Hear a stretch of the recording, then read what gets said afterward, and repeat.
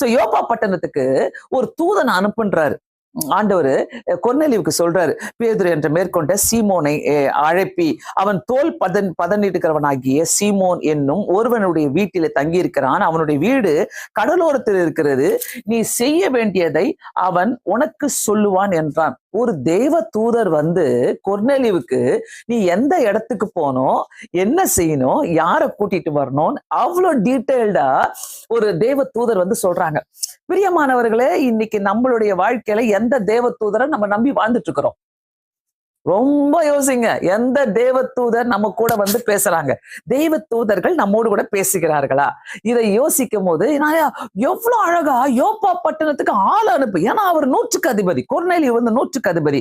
அதனால அந்த அந்த இடத்துக்கு யோப்பா பட்டணத்துக்கு ஒரு மனுஷரை அனுப்பி, பேதுரு எனப்படுகிற ஒரு ஆள் அங்க இருக்கிறாரு, அவரை கூட்டிட்டு வா என்று சொல்வார். அப்ப கொர்நேலியு என்ன பண்றாரு? 7வது வசனத்துல, தன்னுடனே பேசின தேவ தூதர் போன பின்பு தன் வீட்டு மனுஷால் 2 பேரையும் தன்னிடத்தில் சேவிக்கிற போஸ்டவர்கள் தேவ பக்தி உள்ளவனை ஒருவனை அழைப்பு. அப்பா, இங்க தாங்க the selection of the 100க்கு அதிபதி. 100க்கு அதிபதி யோப்பா பட்டணத்துக்கு இப்ப ஆள் அனுப்பணும். யார் அனுப்புறாரு? அங்க பாருங்க, தெய்வ பக்தி உள்ளவனை அழைக்கிறார். அவனுக்கு நிறைய போர் சேவகர்கள் இருக்கிறாங்க. நம்மள அந்த ஆளை பார்ப்போம், யார அனுப்பலாம், எப்படி இருக்கிறாங்க, இவங்களை அனுப்புனா நம்மளுக்கு நல்ல பேர் கிடைக்குமா, அவங்களை அனுப்புனா நம்மளுக்கு நல்ல பேர் கிடைக்குமா, நம்மளுக்கு பார்ஷியாலிட்டி பார்க்கலாமா, இவங்களுக்கு பார்ஷியாலிட்டி பார்க்கலாம், அது மாதிரி நம்ம செய்வோம். ஆனா கொர்நேலியு எடுத்த முடிவு ரொம்ப ஒரு அழகான முடிவு.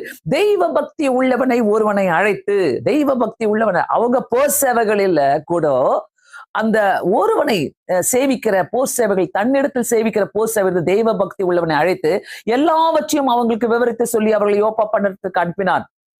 நான் அப்படியே வாசிக்கும் போது தேவ தூதர் என்ன சொன்னாரோ அதை அப்படி செய்யறாரு. தேவ தூதர் என்ன சொன்னாங்க?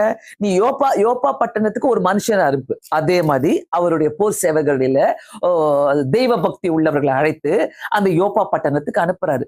அவர் என்ன வேணா செஞ்சிருக்கலாம், எப்படி வேணா செஞ்சிருக்கலாம், எப்படி வேணா மாற்றி போட்டிருக்கலாம்.